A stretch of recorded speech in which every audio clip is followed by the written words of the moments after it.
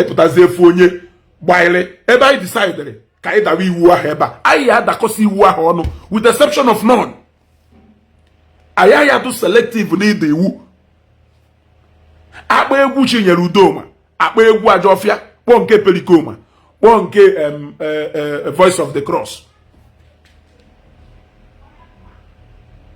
agba mmọnwụ anyị eme crusade because na mmọnwụ wu crusade ekwensu, crusade ndị ụka wu crusade Jizọs. anyị ada eme ha na-abụ paripasu paripasu paripasu paripasu. ọwụlụ na onye omenala na onye na-efe agwụ na-agba ọfala ndị ụka ga na-eme baza nwevi eme about it. ndị ụka ga na-eme baza ye ọkwa ifuru ọfala ha awụ annual ceremony ha na-eme ka ha wee celebrate ya ka ha si wee ga n'afọ ọkwa ife ha na-akpọ ndị ụka ga na-eme baza nke ahụ iwu. ọ bụrụ na mmadụ ya akpọ ya egwu Ajọfịa n'elu moto buru ya na-akpagharị na Ọnịcha niile, buru ya na-akpagharị na Nnewi niile, buru ya na-akpagharị na Nnewi niile, na-akpagharị ebe niile, nwanne a ga na-eme preaching. ị ga na-ege preaching maka Ajọfịa wụ oziọma nke ka ọ na-ezi. Ajọfịa wụ oziọma nke ka ọ na-ezi, so a ga na-ezikwa oziọma. ị ya afụrịrị moto etiri hospital n'elu na-ezi oziọma na ya. ị ya afụrịrị onye ya ebu megafonu pụta na-ezi oziọma na ya. ọkwụ na-ebidokwa n'iji evangelism nke ụnụ. ọkwụ that same evangelism na-eji edisturb ndị mmadụ. unu na-ekwu na ndị na-eje ya edo jobless. ọkwụ Mathias na ndị otu ya ebidogo ije evangelism nke ha. na ụnụ ha enyego reason ha ji eje nke ha. filo na ndị ụka enwe reason ha ji eje nke ha. ụnụ afụ bụ ife o. ụnụ ga na-amụ amụ. for as far as na mmọnwụ ya apụta n'ụzọ kwuchielu gị ụzọ gwa na ihe enyeriri ya ego izicha ozi ọma na moto ka envelope onye Chinye onye nyeru. the only difference bụ na ndị na-eke envelope biko onwe ife ha apịa mmadụ ịtarị. ndị Jehovah Witness na-abata bewo ha mechaa enyeghị envelope willing na ịchọ inye ha ego ịchọ ihe nye ha. mmọnwụ ya eji ịtarị na-alụghị ya by force. bịa na afịọlụ Nnewi, bịa na afịọlụ Nnewi befe ya pụọ apụọ ị ya amachisi ego tii na aba, especially ọnwụ na iwu onye ịma na ụmụ okorobịa ma ọfụma ị ya amachie nnukwute ego tinye na akpa n'afịa ọrụ Nnewi.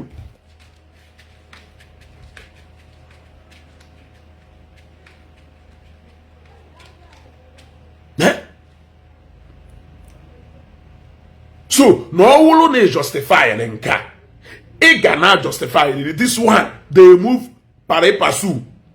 onye zicha oziọma na moto onye ghe envelope ịchọghị itinye ego onye chigakwa envelope ebe a. ị chọọ itinye ego my brother even na Nnewi a na-arrest kwa mmọnwụ. yes even na Nnewi o nwere ife mmọnwụ ya eme ịfụbụho na video na Igbo ebe ndị amị jidelu Ikerike ọgụnụ na-ama ya ụla. ịfụbụhe ọ na Igbo ka o menu ndị Yoruba na-eti mmọnwụ a. thank you Michael Jeremiah. dropping of sacrifice na nke ilo abụzụ ịnọ jee na abụzụ ịnọ Oraifite taa. ilo na abụzụ ịnọ Oraifite ịfụ ka esi wee mess up ebe a. ọwụ environmental mess up, environmental hazard. abụzụ ịnọ na-epụtara agụchisicha ha nsi na aja ebe ahụ ọ na-esi. is that not disturbing the members of the public? Gụrụ ezi Igbo Ashore Owo that Ephraim say I have arrested masquerade. You see, so it is happening everywhere.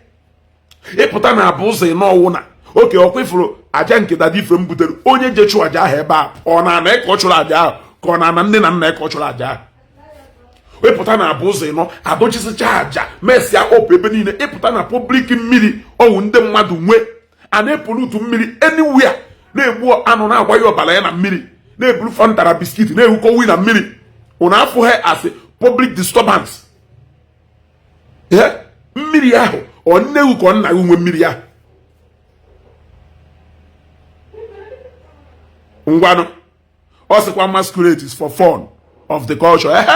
okwuchukwu is a fun ụmụ Chineke na-enwere ịnụbụ ha egwu a na-agwa aga m akpa nganga akpa n'ime Chineke mo Jehova bụ onye me nganga ọkpa nganga akpa n'ime Chineke mo. Jehova bụ onye nwe nganga. Okwuchukwu na-abụ aha anyị na-abụ ukwu ife anyị ji akpa nganga n'ime Chineke.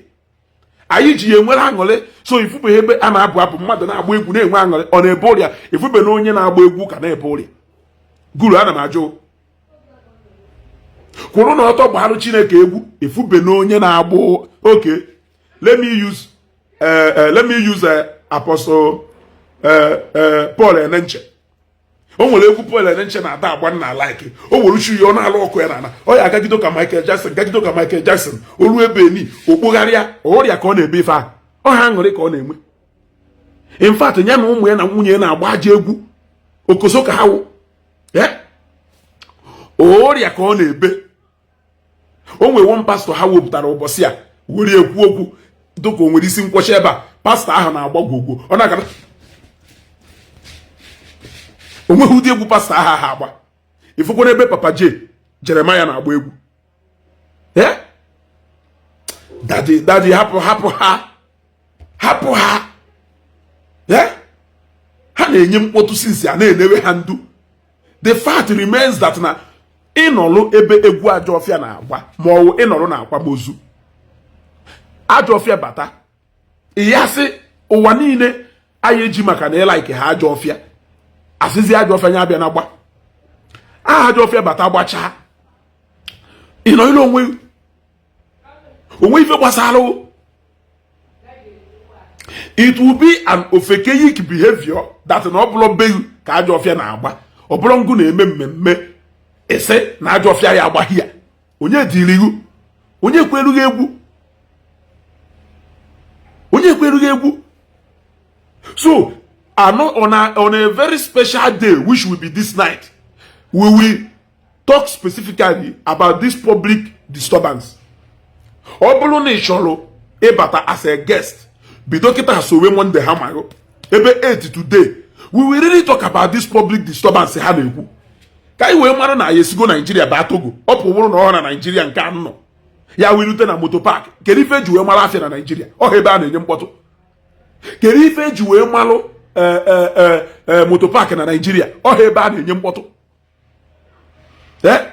Anọlụ nna m na-eche bọọsụ na Dubai. AC onye ọ na-anọ Dubai ebe a kwuo na ma na-atụ ụga. A na-eji glass kpuchie ya etu a. AC adụ n'ime ịpụta isukere ana n'ime. AC a na-ekwu ihe anụ any noise bọọsụ pụta ọkwụsị ọ na-anakpuo. O nwere onye na-ebe a na-asịgụ diera Burj Khalifa Dubai Mall Bish. Onwe na-agwa gị gbanzo. O nwere onye na-agwa gị Elizabeth Street nya ntụ eseti akpa mgbọ ịnụda n'ebe ndị ọcha. We really need to talk about this public disturbance by 8 o'clock in the night. Anyị ekpo ndị ụsa ekpo ndị akpịrị n'otu apịala awọ apịala mbala chaja thank you chaja apịala awọ apịala mbala.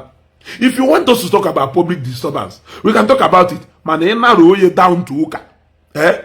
O nwere onye nke sịrị m na ọ na-alaha ụla etu a n'ụtụtụ nọkata ofu onye abịa gbaghị spika wee jụọ ya wee sị ya na ama mgbe akwarụ nnukwu nna ụnụ ọnụ na-amaghị ọkwa ọ sị na ha amara ọkwa nsị malụkwa na unu ji ọkwa ahụ ụnụ malụ wee disturb ụlọ ọnụ ụtụtụ a lot of people and ha na-ama in fact ndị na-ama ọkwa ha lute n'ihu gate ọwụ weda na-ene ọdịnọ ya ha ya asị ezugo anyị na-ekene ewu ezugo daalụ ụtụtụ ọma ka ọ ya wụwụlụ na ịnọ n'ezigbo ụla na ịchọghị ige ọkwa ahụ ha ewola afaghị kpote gị akpote.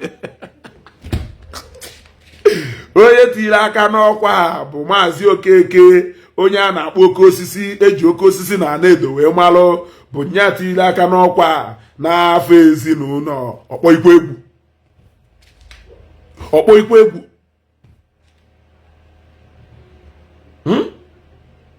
ọkpọ igwe egwu o move from ebe a to ebe ni ọ mawa ọkwa kedu ife dị iche na onye ahụ na onye bịara morning cry kedu ife dị iche na onye ahụ na onye bịara morning cry the only difference is that you are selective of different messages ha na pass you are selective of different messages ha na pass okay daddy your very okay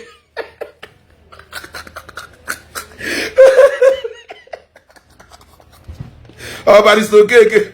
My learned colleague, my legal luminary.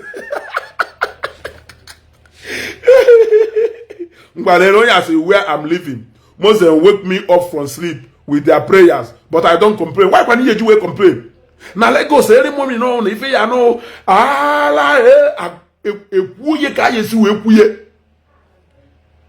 yeah. Unu kone kana akumbere bo boso kana na Igbo emoko mgbe na-eme oge ụka luwe ha kwa akụbel gbangam ịma na oge ụka elugo unu kone kana akụbel na Igbo today unu kone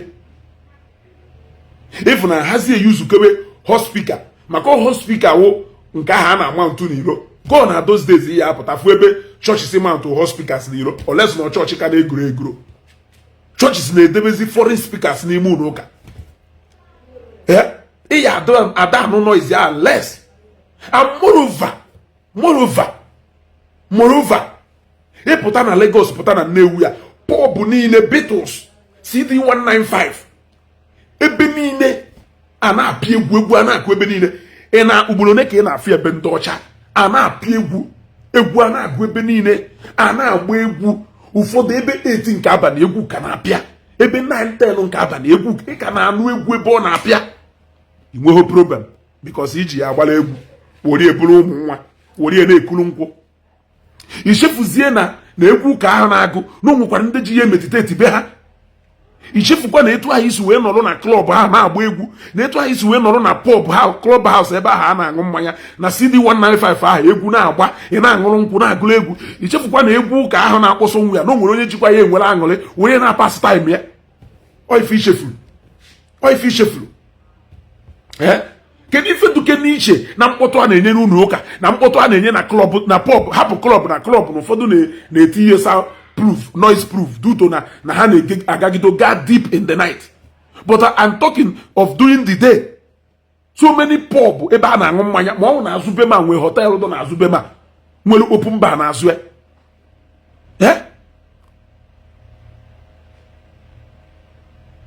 ịghọtago o nwere hotel do na azụbema nwere open bar na azụ ụbọchị ụka kịta mma na ebe a gwa live band na-akụgido live band ebe a ruo ife dị ka ebe 10-11 ụfọdụ ebe 12 a na-apịagido live band ebe ahụ etu a ka anyị si apịa live band so many places ndị mmadụ anọrọ nwe onye ya complain jee saịdị ori agbo niile ịpụta ọ na-afịọ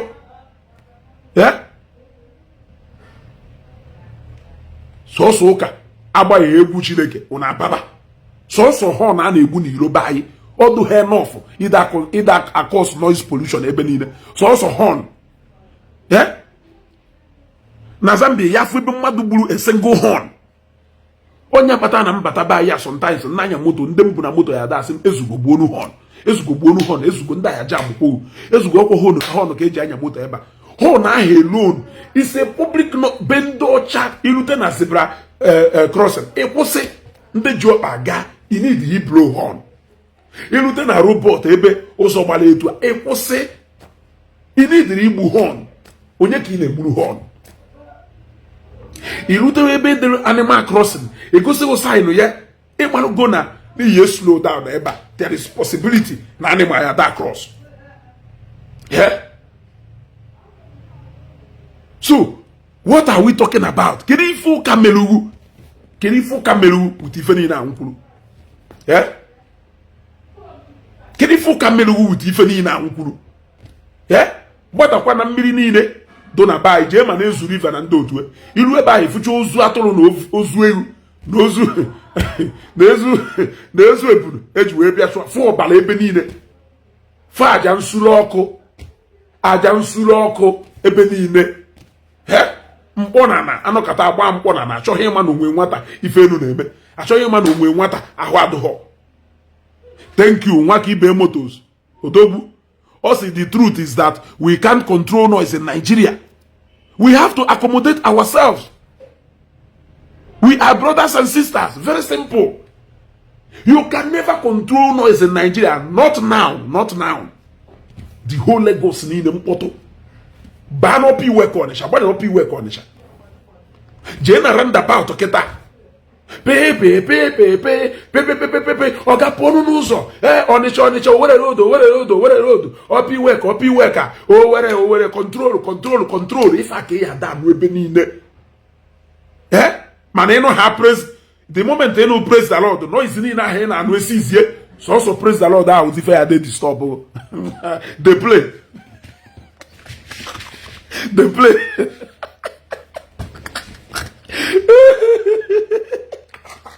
play. Okay. What of Akwamozu? Na fort. Na just one locality na Newia. Ama m ebe a na-akwa ozu ito na Newia. Band ya da akụ ebe a. Ọkwakara onye nwe ozu ejide ife a na-ekwu okwu. Ndị Igbo na-edubata ndị mmadụ akwamozu a na-ekwu. Ụfọdụ like ụbọchị ahụ organize enwe ka ije na be maka onyawo President General Uruago. Onwe ka ije be organizer that day. Ka a ghara isi eti nothing less than band ito. Ndị Igbo ya aka nkụ, ndị ọja ya aka nkụ. Ndị Igbo bịara onwe ha ka ha na-edubata mmadụ nya ha bịa na-eti Igbo ha na-ayọghị ego onwe onye kwuru ha ya aka nkụ. Ọ na-akpọtụ ebe ahụ na-akpọtụ ebe a. The moment nwata nwaanyị pụtara na n'ori ya ka gbanye ha spika otute doronu Jesu noise niile a na-akụ emechi ọnụ pim ị na-anụzi so otuto dịrị Jesu ahụ na-eme na onwe unu jee n'afịa mgbede kịta ilu oke ifu ebe ọ na-afịọ ka ọ na-akpọtụ ịnọ ha praise the Lord noise niile na-eme na Nigeria sizie sọsọ praise the Lord ha ji one ya alahaola sọsọ praise the Lord ha ji one ya alahaola. Na Zambia before you make any public function you don't want a permit from the police. Before you make any public effort, you will gather more than 10 people. You just want a permit from the police. Okay, and they are control noise. Yeah, they noise. They are would you need disturb another person? If I away put a container, not baggy benine, they make a soft road. They benine. And we're in industrial area. You know, side industrial area. Back here, most of warehouses. Obodo niile mere ife mana because na Nigeria enweghị ihe ejide maka ụka kwụsị ya. It's impossible. Ihe eji maka ụka kwụsị ya. Yes, uwe maka ụka kwụsị ya. Ndị ọgwụ oke ọkpagharịchago. Ndị na-erukwa na kịta aka allahụla ife ọsị ya n'ụwụ ntị ọ na-egbughu mgbu gbogbo orije eze ọ na-egbughu mgbu gbogbo ise Mr. Okeke rat ọgwụ oke ebe ka oke nọ oke nọ n'okpuru oche oke ọ na-emerụghị ngala oke ọ na-agbarụghị egwubeghu ogbo ọ na-etughị ọkpọ ogbo ọ na-emeghị nke a bịa goro ọgwụ atụpụ ya oke ali ha ya ọnwụọ ịnyaka ya danụ ebe niile ịrụzi oziọma Chukwu oziọma osebụrụ ụwa ịnụ ya ọtụwarụ mbọ n'ahụ. O nwekwuru ndị n'ime unu na-eme ha akpọ ihe egwu ha ya alahụla egwu onye ọcha ya akpọ iwe lahụwa ụlọ ahụ ụmụ melodious song ya wụpụta ọ na-ehu ka mmiri. As Africans anyị adụgo used to na nwere ike ịfụta na ebe mmadụ ji egwu kere afa ya egwu Davido alahụla ịfụta na ebe mmadụ ji egwu Maxi Philip alahụla ihe eji nwa aka nchawala alahụla ihe ejiwu omenala kpamkpom maọbụ wee were egbe ka m gbawuo nwanne m obi nwanne melumo wee were ọgwụ ka m kụwuo nwanne m obi nwanne melumo wee kole akpa ọgwụ ka nkwuo nwanne m ogbu nwanne melumo izu ka nne na nna eji ka ị mala ihe eji nwa ụmụ egwu alahụla ụmụ egwu ị nwere iri ike iji lahụla ahụ ya ya mpe ya ya mpe ya ya mpe ya ya mpe baby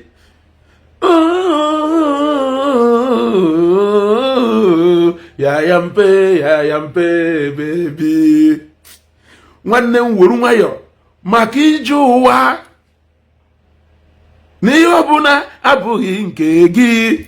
Mike Ejeagha egwu Mike Ejeagha so n'egwu ị nwere ike ịkpọ onihu ka mmiri mana na Naijiria ebe a mmadụ ya agba iwu faye ọ na-apịa ịkụgide aka onye megedọ oge ọ ya apụta andị ọ pụta odoghị anya na onye a na-alahụ ụla ofeki hụrụ ọ na-alahụ ụla ya eji egwu sere ndị ọ na-alahụ ụla ejikwa egwu Westlife alahụ ụla mgbe ahụ mana ịpụta ịkpọ jee gwa ha ndị na-esi agụgọ gwa ha si n'ihe ịrịba ama eme na iworie na-alahụ ụla iworie na-alahụ ụla Jocelyn mmadụ agba na-eji etu ahụ ma ọ kere egwu Kiss Daniel a wuli ma ọ sampụl ekwe iworie na-alahụ ụla anyị ji ya alahụ ụla n'obodo a. So noise pollution na public nuisance, public disturbance, hence na ya control generally. Nwanne otilo oye bido n'ebe ụka ahụ 8 o'clock this evening anyị discuss separately as a topic. Kwado buru your Monday ha na abịa bịa justify ya alụ reason mkpatalụ o nwere ka esi alụ ya na mass onye ọkpa dị ọkụ abịakwa ọkpa dị ọkụ ana m anọ na room mụ a na-agbachisicha ụzọ mechisicha window ana m anọ na room mụ nụ ka onye kwabaro n'ọkpa na-aga n'ihu be m efusie m ka m ma agbapụta kpọọ mmadụ si eto kpọrọ m onye ọkpa ana m anọ na room mụ na-anụ ka onye ọkpa dị ọkụ bụ ọkpa dị ọkụ aga n'ihu gate ka iwe marụzie even fridge hụ na-asụ asụ na-edisturb ya neighbor. Even generator the highest, in fact the worst thing name noise pollution na Nigeria wụ generator. Ya apụta na ebe nwelu 4 flat or 6 flat, those 6 flat ya agba generator n'abalị ị na-alahụ ụla ọ dị disturb gị alahụ ụla ịnụ ha kwa otu dediri je so ụla efu owu n'anya mmụọ ọjọọ nọwụ n'ime akpọteghị ozugbo ekwensu nọwụ n'ime akpọteghị ozugbo obi ọjọọ ahụ nọwụ n'ime a manifest immediately guru iduka onye na-agwọ nsị ọ bụrụ na ịgwọwapụ ha agwọwa o nwere possibility na ị nwere ike imecha bido ịgwọ nsị sound noise nebọgụ generator nebọgụ akpọteghị n'ụla. In fact ịchị ịlahụla sef ijegwa generator nke ọsọsọ ndị jegolu obodo ebe electricity na-adụ 31 days in a month ya ghọta the kind of noise pollution ya ghọta na ya agba generator herself heat ya na-emekwa n'ime unu because na noise ahụ dị na-eme n'ile a ekwodogu ezu ike heat ka na-emekwa football ntụ anyị si wee control public disturbance. No, otuto dịrịnụ Jesu kenenu Jizọs n'ihi na ọ dị mma n'ihi na ruo mgbe ebighị ebi ka ebere ya dị sọsọ na-enye unu nsogbu. Kenenu Jizọs n'ihi na ọ dị mma n'ihi na ruo mgbe ebighị ebi ka ebere ya dị sọsọ na-enye unu nsogbu. Ndị ala jeti n'uche ajụrụ ajụ. Ndị ala jeti n'uche ajụrụ ajụ. Kwado onwe Franco yo na-ata amụ kwado onwe na mgbede a ka anyị pịazie Monday hama because na mmadụ jere n'ime n'ọma afịa ịmakwa ife nwe ọma afịa na Nigeria. Ọma afịa wu ebe ahụ ịya anụ Abakaliki ịya anụ Nsụka ịya anụ Nnewi ihe anụ Oraifite iji ime ndị kwuo na Delta steeti ebupụta nke ha onweghị ụdị language ya anụ. Collision of those languages na-ebute noise, mkpọtụ a na-enye ebe niile, mmadụ abịazie gbaa spika n'ime afịa ahụ onye na-ele ọgwụ oke na-enyekwa mkpọtụ nke ya onye na-ele gbogboriche na-enye mkpọtụ nke ya onye ọkpa dị ọkụ chọrọ ka onye ọ na chọrọ ka ọ wụrụ onu ya ka aka na-anụ, ma onye na-ele pantị na ọgwụkwọ waja ọsịghị ọkara pantị eyuzuru be oke onye na-ele nọ na-eti bịanụ nke ahụ ịdọ ya ọya dọka osetu a oseye etu a onye na-ele baf o nwere vidio Lozeus mere mgbe ahụ onye na-ele panụ ma nke ayọn panụ na-akụ ya n'ana ka o gosi na ọ ya awa obunye ya enu ọpịa n'ana obunye ya enu ọpịa n'ana onye ọkada pụta chọọ ka oke na-ewu ọtụ mechi nye nkọ nye ya ọkụ vivivivivivivi noise eme gbuoru hon. Collision of all this noise, the moment mmadụ bịarụ n'ime afịa gbaa ha spike ka ozi ọma noise niile a kwụsị automatically ị na-anụzi nsọ nke ife ọ n'iwu onye ahụ. It is not all about the messenger, it is not all about the means of that message, it is all about the message. My brother, we know the message adọrọ mma n'ahụ, the message ahaba, the message nwere mmụọ ọjọọ nọ n'ime na battle that message. Or ya kwụsịsị because of you, it cannot stop. O nwere ndị dụka anyị message ahụ na-aba ntị ịghọtago ngwara obidogo guru. Why I cannot differentiate it is because na be ndị ọcha no the same body na-regulate ife niile a onye jekwa ndị otu unu ndị ịbịa be ndị ọcha ọ dị etu a ịbịa na Naịjirịa jekwa jụọ ha ka ha kụziere unu nke a bịakwa jee jụọ ha ka ha kụziere unu nke a ebiazie ese mkpọbata ka mụ na ahụ na-akọdogono ka eke chọ ka mụ na ahụ na-akọ nchọ ka anyị gwuru egwu akpọbata nga ya egwu ọha ọ na-serious issues dị etu a you can't even differentiate the impact of religion practicing from social activities and cultural events. Ndị ọcha na-control, they regulate all these things. Ha na-control all these things. That is why you jiri anụ noise. Iche na ha eje ni mmadụ. Iche na ha eme wedding. Iche na ha eme picnic. Iche na ha eme Halloween. Ugboro one ka ịfụta n'ala ebe mmadụ ji Halloween je na-disturb ndị mmadụ. Kọrọ ịgba na egwu na-akpagharị ebe niile na-enye mkpọtụ. Ugboro one ka ịfụta n'arịa.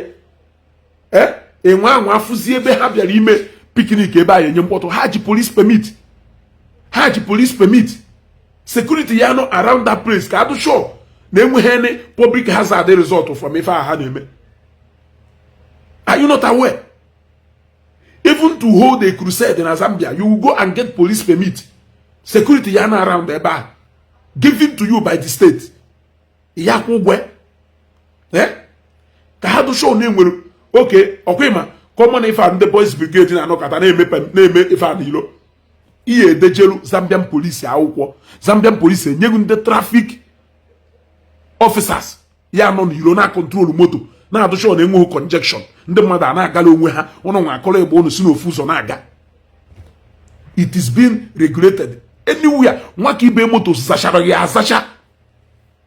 That you cannot control public disturbance in Nigeria for now. You cannot. Jena Ladipo, Jena Spanda, Iyezu ike. No is na Spanda apụta na disturb network dị na Spanda. MTN network ji by na phone speaker ganga ma kopia.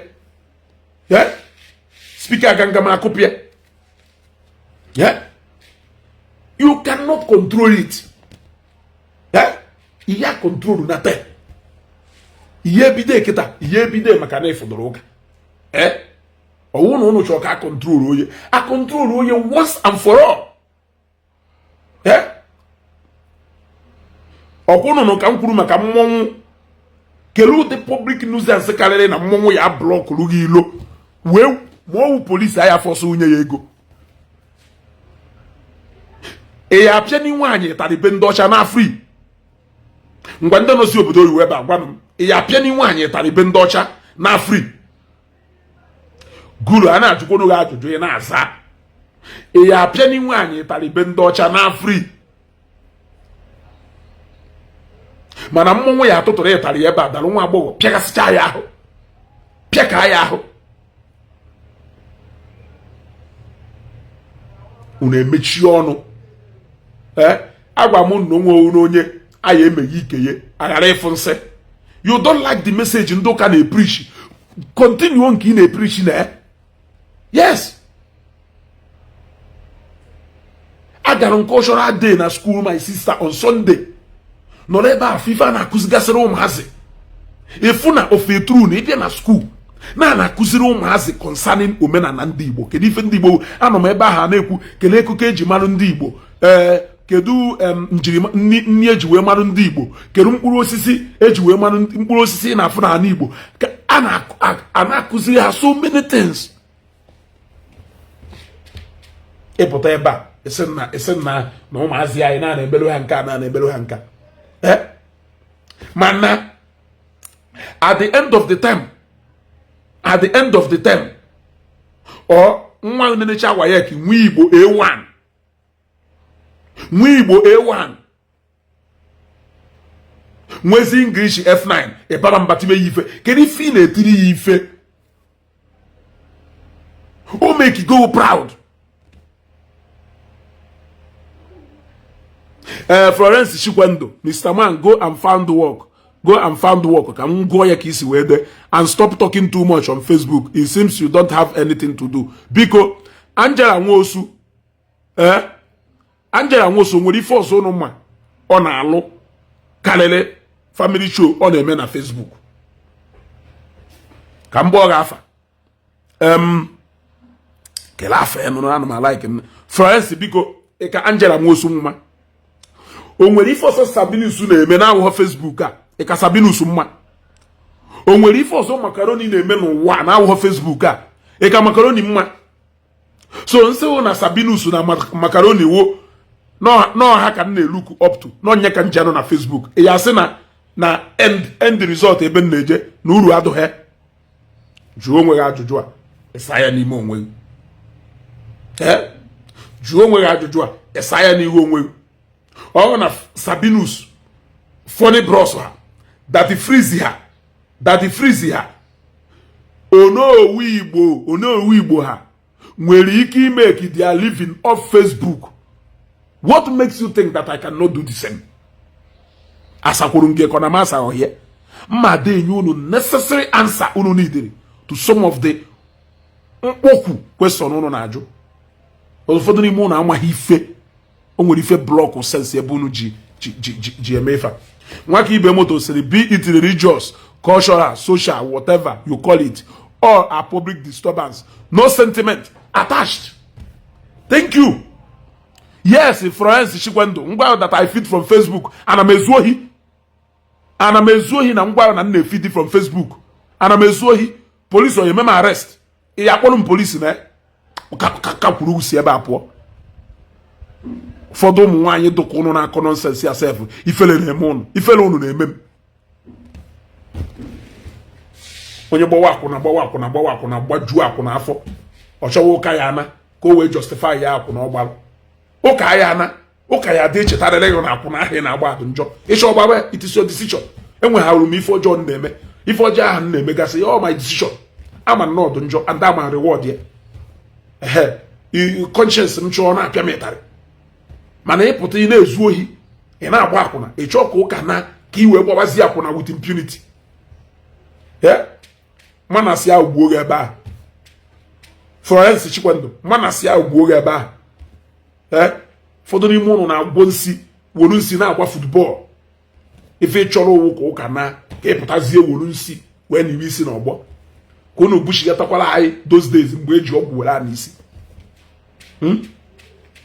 mgbe ọwụ onye gwọkarịrị ọgwụ na awụ ọkaka kịta ọha onye gwọkarịrị ọgwụ na awụ ọkaka ife ihe ji wee wụ ọkaka taa ahụ kere ife ime nwulu kịta ahụta ime ejizi ọba ji were aza eze nna anyị kịta your bank account na ife ime nwulu can tell inwegodo ego ọrụ amala ịlụlụ how you impacted on the society or your family and your community will speak for you. Obro ni jenu no munze ko na feel that he kolo na afifia he pu na again. Ohonya ka eji amodogwu kita. E wata go. Eh? The religion is a different thing in humanity, especially the ones telling us like church pastors. Gulezi Igbo. Mathias Ezeaku. Nwanna anyị nwoke. Church yedo na mkpọ. Or they use speakers n'ime church ye. Or they use microphone n'ime church ye. Or they use ịgba n'okpokolo n'ime church ye. Ba onye mara ebe ọwara ahụ ojechiri ogode. Onye mara ebe ọwara ahụ ojechiri ogode.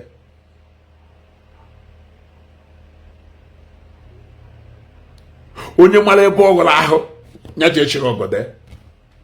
Agwa m unu na-abịa na logic unu nwere zero. Abịa na logic. Hey, daddy from do no unu na ebe a. Shetanụrụ m inu ihe na-ada atụ.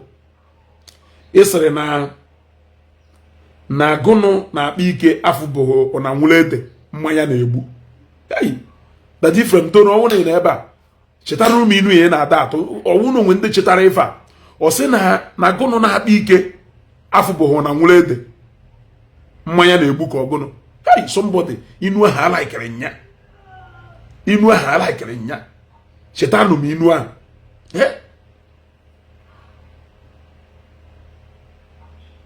Kenu ndị na constitute public nuisance more.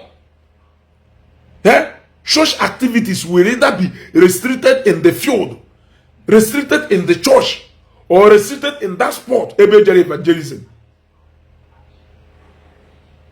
Nobody is disturbing anybody. Nobody is compelling you to do anything. Nobody.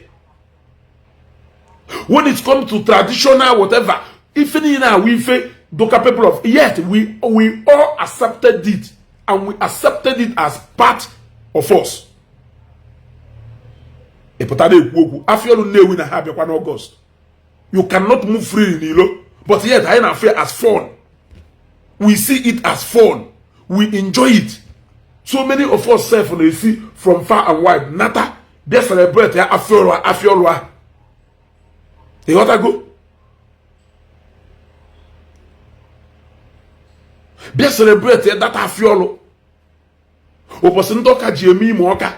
If you don't matter, Natasha, they celebrate that Imoka. Mandene Joka, Mandene Omenala, Hanchani Anata, Nandoka and Mimoka.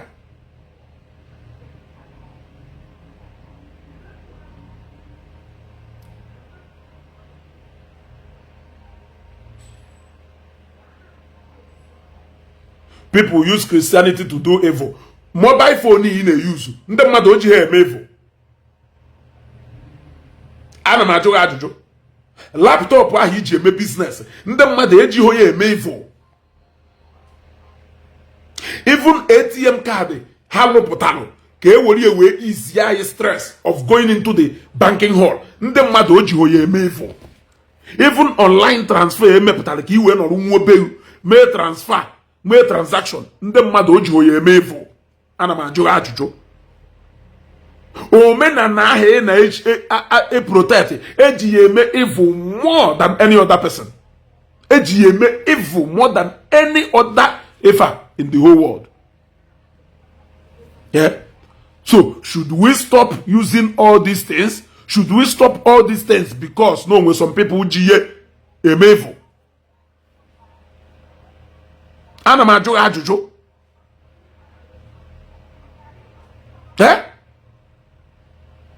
So because no nwere ụmụ nwaanyị na-eme ha tụ ime ha eke ime so si atụzi n'ime ma nwata nwaanyị ọ na-kere ime. So because of no na-eme ụfọdụ jee university ruo ebe a ha bụ otu nzuzo bife mara ife na-eme agbawufuo ọha ruo ebe a ha bụ otu nzuzo ha pụta ha ụfọdụ n'ime ha ana constitute nuisance to the public. So si worie se ezijezina ndị mmadụ university. Ọnụ ụfọdụ na-eme ụmụ nwaanyị ruo university ha nọ ebe a mebe hook up before si school na-apụta ọdameji onwe. So ụmụ ha ejezi university When sense and common sense is not common, but let us still have it anyway. Eh? Let us have it anyway. Let us have it anyway. Nigeria is built in such a way that now, nothing can happen. Nothing, people cannot do anything simply because now Nigeria advanced and developed in such a way that such laws are so effective. Yes. A lot of you know about public disturbance here. Shop go 1 kilo code. Shop go 1 kilo. Ikushirelu gota. Koya bashane lafia. Are you not obstructing the drainage? Eh? Are you not disturbing the public? If moto potasie, moto nabo. Ana so wan take rozo wa ni lo ni ne de tu na ochisia na yafia. Eh? Mane ebiala eba. So when you checkmate the part of you win nada. A checkmate in the part of you win nada. If na monago, we will either choose to live right or we accommodate each other. Because now, when you also to drainage, or you will get that. When you put a kilo, that was half ya. You will get that. Yet you want to make a living for your family, but you will get nada. Pusu ngolonko afuboho na ngule de na wiala ya dalu nwaka ibe motos onye Igbo ka ewu pusu mmanya na-egbu afuboho na ngule de na wiala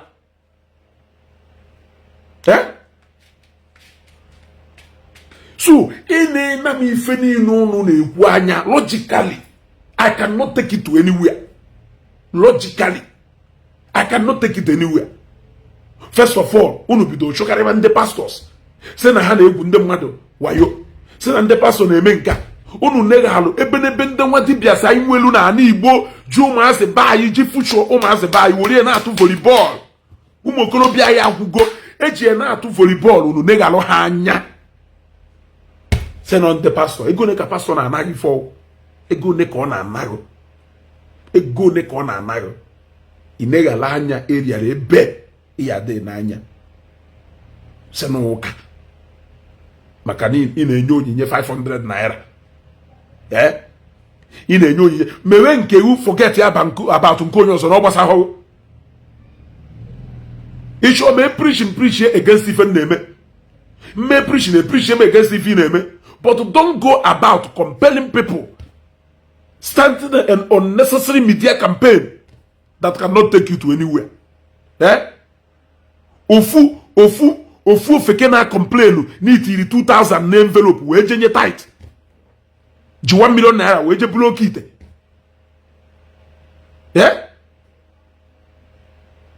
Ụfọdụ n'ime ha were 5 million block it debe ebe nwa dibia. Mana ife onye jenye onyinye 500 naira n'ụlọ ụka egbe na-eriri eri hongu nweri. Mind your business. Mind your business. Ịmanụ nke ahụ ị na-eme meweri onwe meweri onwe ije chụọ aja na mmiri bụla ebulu tee na mmiri spend ya almost 350,000 wee chụọ aja niile ahụ. Another person jekwu pastor were 5,000 so seed na ndụ pastor gwa nya kpere ya ekpere isi na pastor riri eri.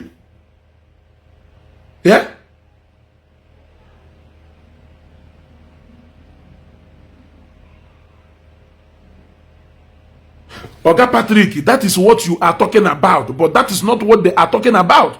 Actually, go comment guru. That is what you are talking about, Oga Patrick, but that is not what they are talking about. I can know when we problem with them. That is not what they are talking about. You know what I go? That is not what they are talking about. Maduji 5,000. We just so see na life pastor. Eputana koche 5,000 ahụ olulu ego iji eje agba afa. Olulu ego iji eje agba afa. Why ye jizi condemn onye jikwa ego nke eje na ejekwa ebe ejeju esi ife na-eme. You condemn prophecy. But you welcomed Ewafa. Afa ya gwago gap ko na apụ na Monday. Gap na apụ na Monday. No nwere ife edebelego na Monday. A prophet ya gwago zero Monday. No nwere ife na-echewo na Monday.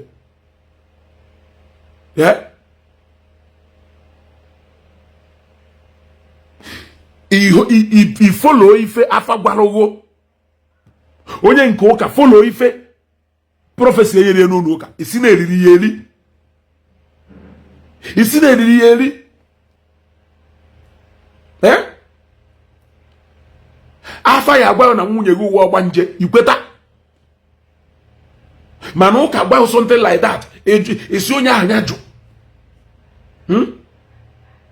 Ezu ohi una wekọlụ jebe n'afa ka unu je mara onye zuru ohi ya. Mmadụ a na-anwụ na family too much. Una wekọlụ jebe n'afa ka unu je mara onye na-egbu ndị a na-anwụ. Onye ọnwụ na afa tụrụ aka na that family. Onye akwụnụ ya brand na ọ na-egbu mmadụ. Mana pastor kwuo ihe unu efiruo na ọya ekwunye.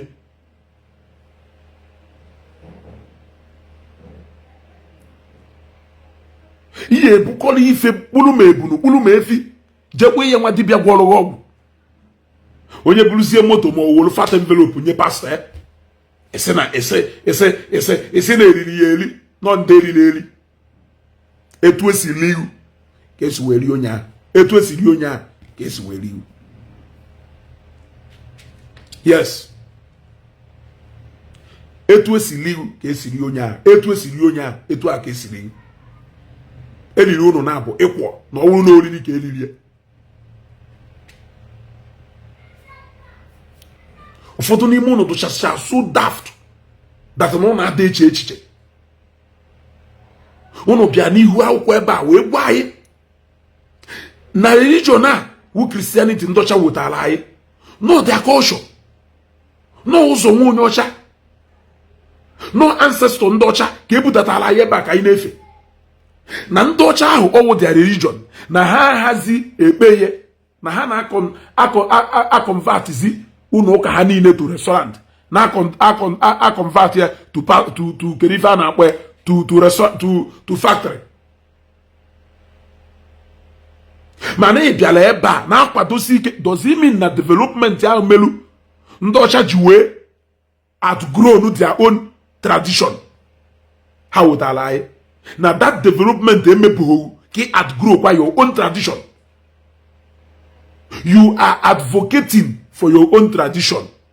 You are trying to protect your own tradition, but you are glorifying and adoring Ndocha for doing away with their own.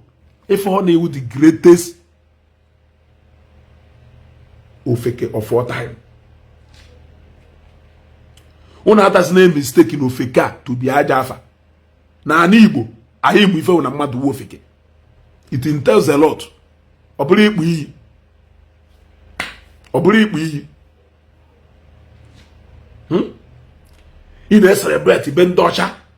Not because of Ndocha do away with their tradition. Not nyamenu na ha na-emefa. But your own tradition, you are still advocating for it.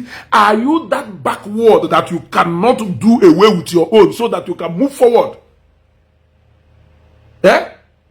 Ụfọdụ n'ime unu na-asị religion this, religion that, religion this, religion that. But you are also promoting traditional religion. Is that not a religion? Enwere nkwụ etara akwụ ka ọ ka eze udo. For else shikwento, my followers na ọwụ na ihe follow page ya gwa na adum tuli to you today. Bịa na program mebe 8 bịa na drop nonsense comment ya na drop. Ebe a ka ya no wee mara na ezugo na ọnụ awụ ogbunigwe ka ọwụ. Kịta chi ka wụ ụtụtụ. Achọghọ m ka iwolo ife ọjọọ wee ba itata. Pụọ jee eme ife na-eme imechi ife na-eme chikatara mgbede. Na mgbede ka ya nọ wee ma na ewu medim ka ọ na ịhọ medim. Yes, na mgbede. Ọ na-eme ụnụ bata na peji mmadụ ka ụnụ bịa nyụ na nsị enu. Enyu na nsị enu anyụ na gwarụ nsị enu. Ọ na-achọwa emotional blackmail unu ya ewebata.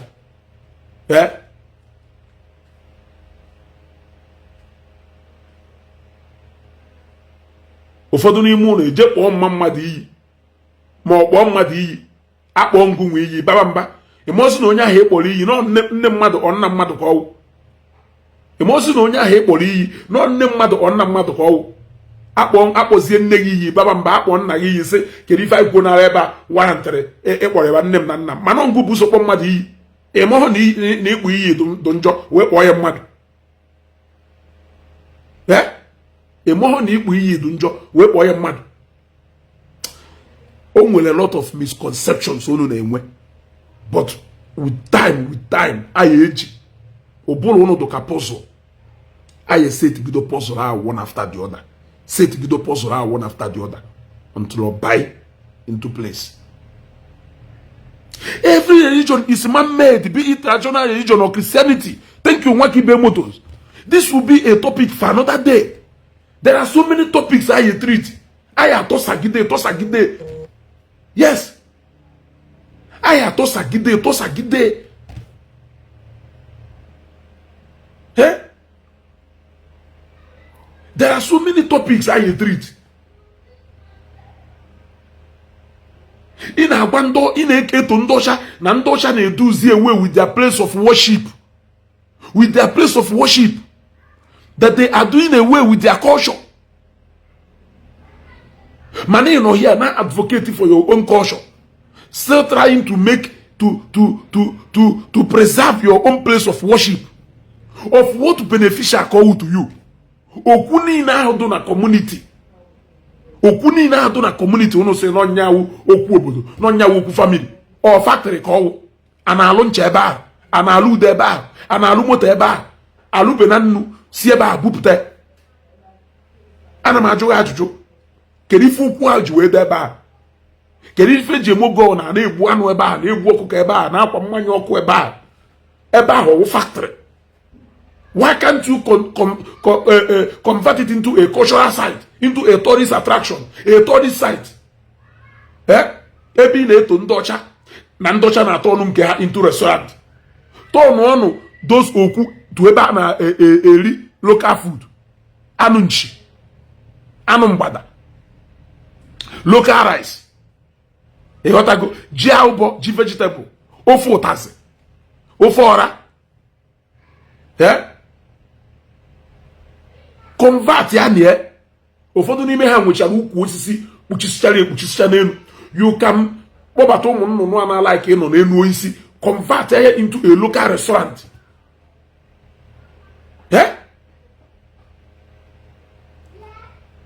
Unaghị eme o convert ya into a factory. Ma ọ convert ya into ebe a na-akụkọ nkwụ ọcha na-ebupụ o ebe a na-alụ local kaikai local dry gin na-ebupụ ka ọ employ ya people. Ọ naghị eme no unu na-ekwu n'ọnụ a ọ na-ana interpret n'ọnụ a ọ na-ana contradict onwe unu ebe a ọ na-ana contradict onwe unu ebe a ebere m na-emere unu ebere m na-emere unu ịghọtara fata ebele unu na-emelu m ọha ebele m ebele unu na-emelu m ebele unu na-emelu m every Sunday mmadụ eje mepe chọọchị ya na mkpọ ka ọkacha ụka ọ nọla ebe ahụ na-akọ ndị emukwa ndị na-aka ụka nya Chike Emenike of Kotek nọrọ na factory ebe ọ na-alụ tọmị ọ na-akọndem ike ego ọdụ nọ na factory ya na-alụ joli Eriko Tomatoes nọrọ na factory ya ebe ọ na-alụ tomato nke ọ na-akọndem Jino nọ na factory ya na-alụ tomato nke ife onye na-alụ ka ibe na-alụ o dependency na audience inwetara ị ka ụka kachasị ụka inye ma onyinye ime ma Thanksgiving onweghị ife ihe eme epụtazie ije na akọndem onye ọzọ. Is it a competition ka ọwụ ka anyị malụ the market ọdụ competitive ka anyị malụ a na-edeceive ụfọdụ n'ime ụnụ a na-edeceive ụfọdụ n'ime ụnụ Yeah, they have a single thing to offer. They don't have a single thing to offer to the society.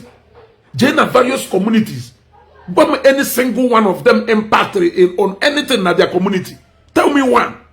Eh? Ekwo obi kubana lulu n'ụka ọmapụta sị uru n'ụka ka ọ ya alụ mekene half of ifo meru employ half of the people are employed set up half of ndo setri up na business wọlụ half of ndo kwụrụ ụgwọ akwụkwọ eh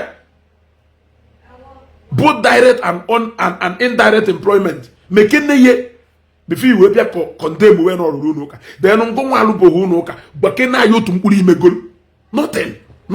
Son with accountant, shattered accountant, man. Onye na agụla ego. Iguni ho ego nke you. E manage nworo ego nke you.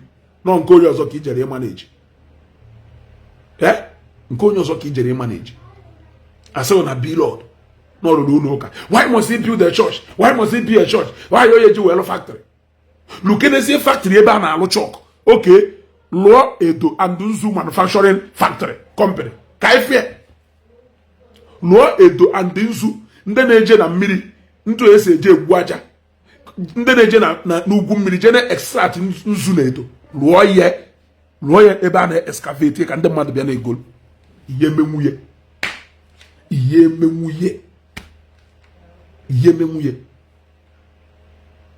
no be Lord ma how many Igbo sons and daughters si n'aka ya eri nri ma ndị ọ na-enye scholarship ma ndị nne nwanyị ọ na-akwụ ụgwọ ọnwa bishop also bụrụ ịma thousands of people now survive today because of him.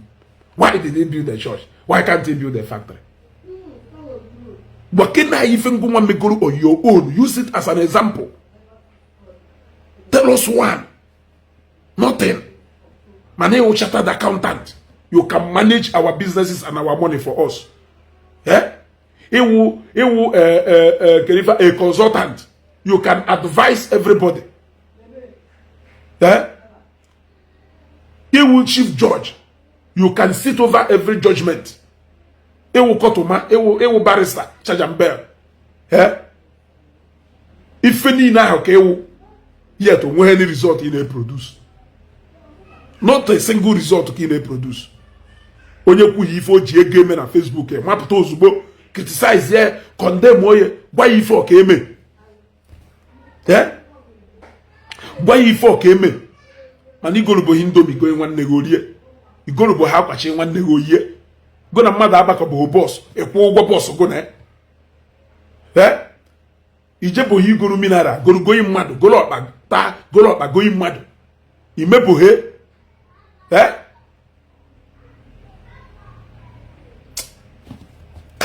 mmemechi this program ebe a today na mgbede ya adụ kpọkpọ ịmara ka ị na-adụ na mgbede kwado etu a na mgbede wee bịaba mgbede ya adụ kpọkpọ mgbede ga-adụ kpọkpọ ọkwemfu this guy mee ka ịnụ show na unu share this video ka this guy nụ ife chetakwa na inu m etihe otu ishida ka ọ na-awụ ala ọ ya data ego otu ishida nke ikpeazụ a na-etizikwa ka ọ na-awụ ala ajụzikwa na nwaanyị ihe ji ha ala God ha ka ọ fight ala ha anyị asago na esi gwụnụ spiritual battle we fight spiritually, physical battle we fight physically.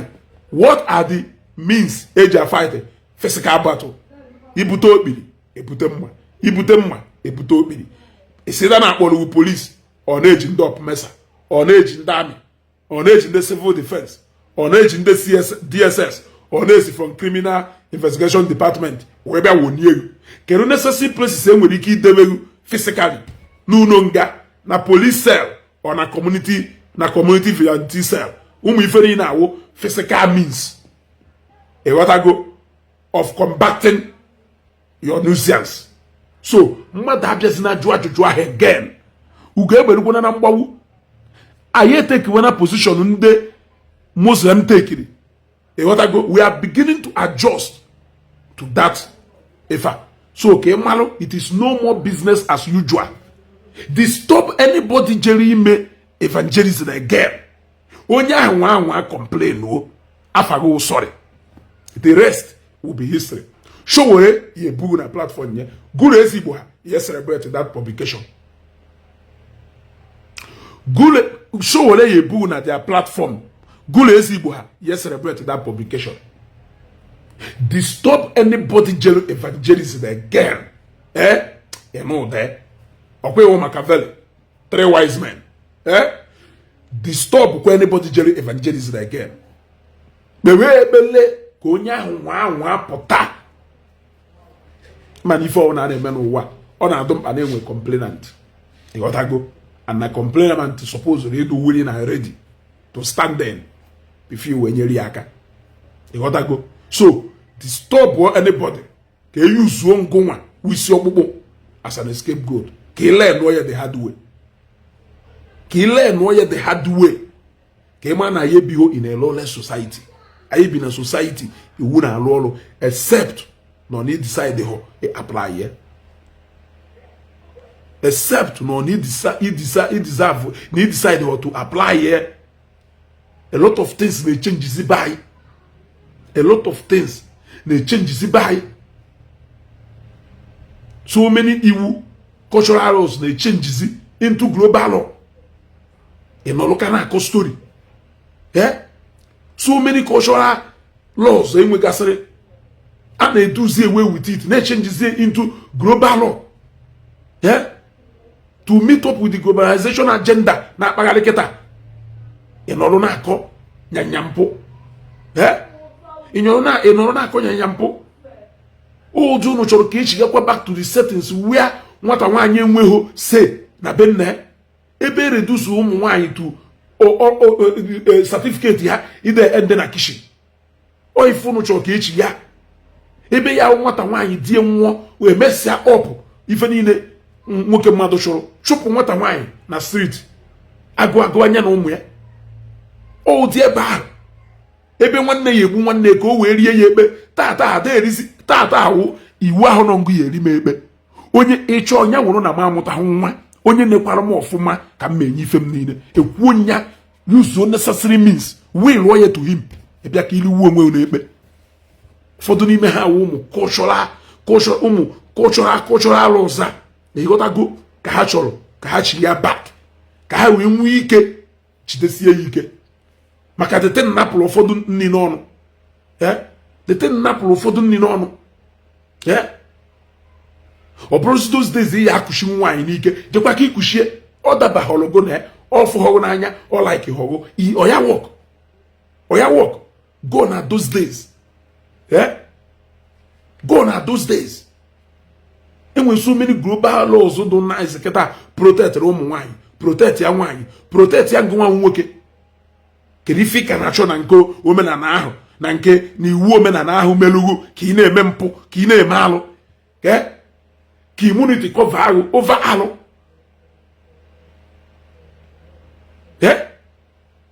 a lot of laws they will get from traditional settings budget to the center go we protect ya everybody equally ntị ọdụkwọ kita house time ya nwanne umewu karịa ahụ ụmụnne na agbata obi umewu karịa ahụ ka ha wee kpakọla anago ekpokọrọ ụmụ gị lachapụ ọsọ gbakwuje alụsị agụọ osu azọkọrọ ana azọkọrọ ife niile. This is no more time. Onye mewu you use the law. Onye mewu you use the law. You use the law, you apply the law. Ama m ụfọdụ obodo asị na according to their culture before na nwoke nwụọ na ife niile o nwere ya belong kwazi to nwanne. Ama m so many obodo ebe enwere iwu ahụ before, but iwu duzi kịta, iwu gọọmenti meziri kịta overpower gị iwu ahụ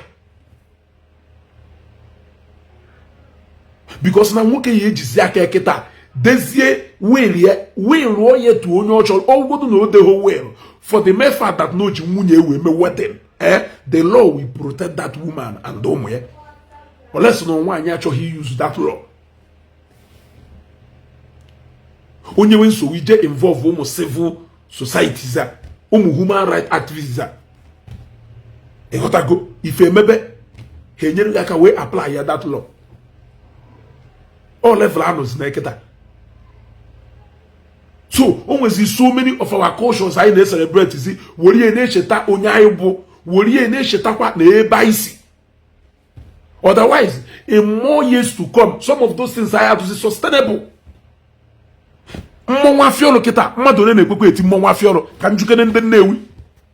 Afiolo kita ya na-achọzi mmonwa achọ n'ilo, ya afụzi mmonwu.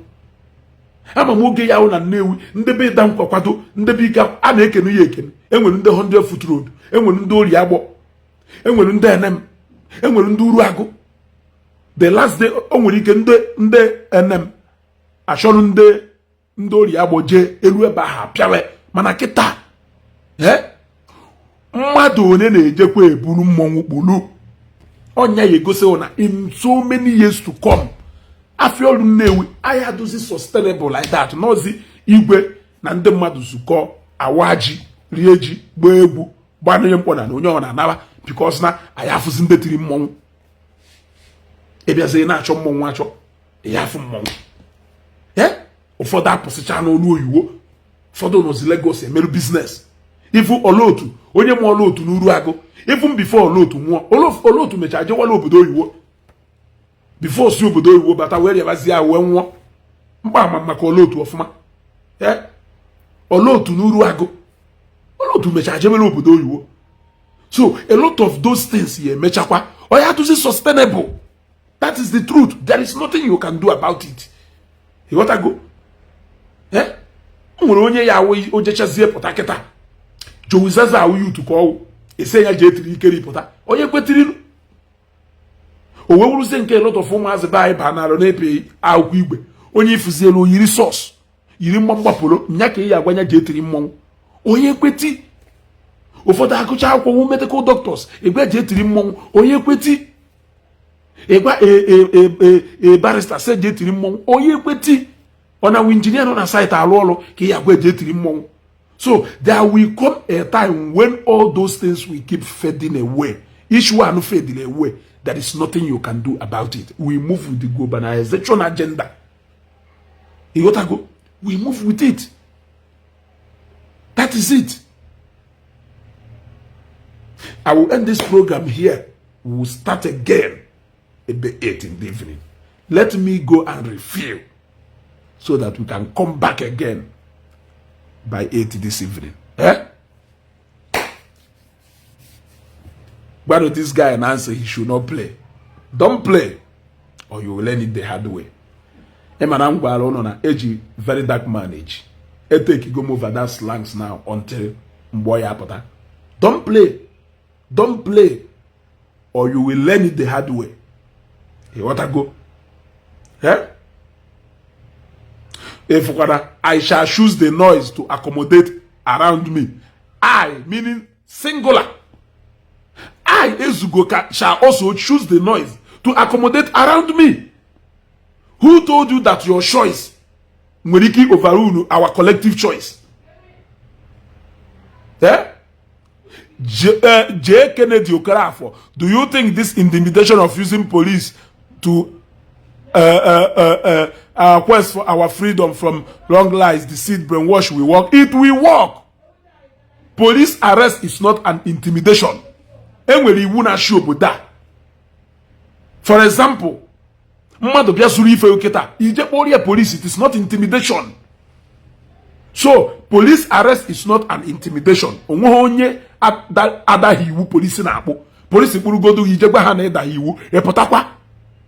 So, John Kennedy Okorafor, take it from me. If you do anyhow, you go still collect na police cell. E what I go? He resist, he arrest, kife me na mpo. Aga abajikwa mmadu opa. Hear it from Ezugo. Then Gulu, I shall choose, or a singular, meaning Gulu shall choose the noise to accommodate around him. Meaning na nke shoho you overlook, nke shoho you pay attention, because na family ben na yaho oro na nna mo 7 of them shall choose the noise to accommodate around them. So if all of us cannot choose our own noise and be comfortable with it, if you can choose your own noise and decide to end another person's noise, it means that at the end of the day, we will have no noise at all. We will have no noise at all. That is why you choose no noise at all. Bendosha. But all issues your own noise. A season my own noise. Na my enjoy here. If one in a choku. So I like him that singular eye he uses. You are just one Igbo man out of thousands of and millions of Igbo people. Or think it very well.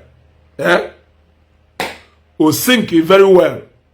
J. Kennedy, I'm on me feed John Nume. You gotta go. I'm on me feed John Nume. You gotta go. The Prince Shadrach, you are making noise. Face your own and leave others. Say from empty kunkum. It shall be done from 3 hours. Kugido okpu. Eh? For the name higher apotakwa. Do to no bolo ham and umposhi. For the name higher apotakwa. Boy puko fife. If he ya jume wo. Itibore ba. Eche no na classroom guy man enwe itibore bo. Igbo kwa kan na so. Igbo na so kwa ekwo ga agota. Amosi nkunu si anu ifi head. Light of Africa dey. Ụfọdụ n'ime ụnụ ana-ada aja si ride on because nọ na-anụ ka ọ na-akpọ Jizọs iyi. Ọdọgbo nke ụfọdụ n'ime ụnụ na-anụ ife ọ na-ekwu. Ọdọgbo nke ụfọdụ n'ime ụnụ anarị efolo ife ihe dị na-ekwu word to word. Ọdụgbo nke ọsọ na ọ na-anụ ebe ọ na-akpọ Jizọs iyi na-akpọ Chineke iyi. Na-akọrị Baịbụl ụnụ na-akọrị aka because ebe ị nwere ike understand ife asụrụ n'Igbo ọ nke oyiwo ka ị ya aghọtazi. Jụọ onwe gị data ajụjụ. Ejụcha onwe gị ajụjụ a saa ya onwe gị maka ezuga enwe time ịsa ya data ajụjụ. Ka anyị chịkọọ na ebe a ọ ya adụ na mgbede. Ndị na-esonyere anyị na this program daalụnụ daalụnụ daalụnụ. Ụnụ ndị nji aba na ma ndị kwetara ife m kwuru ma ndị kwetara ife m kwuru ụnụ ka nji aba eji m ụnụ niile aba kwụsị ụnụ niile ewu ụnụ melu na ezugo Global TV na-ebu don't play. In few days time, we will hit 30,000 followers. It means a lot. Ogoserena, our message in Ebu. In few days time, we are going to hit 30,000 followers. Ogoserena message yaye na aba. You want to go? Kaina ako, we will not slow down. No time to play. No time to play. No time to play. If we play, these people are turn our society and our environment to animal kingdom, and we cannot afford to give them that chance. Because for the caliber of people, for the kind of dirty words you will know that these people will end up turning our to Banana Republic, animal kingdom. You gotta go. You gotta go. We cannot afford to go back. We cannot afford to go back. Forward.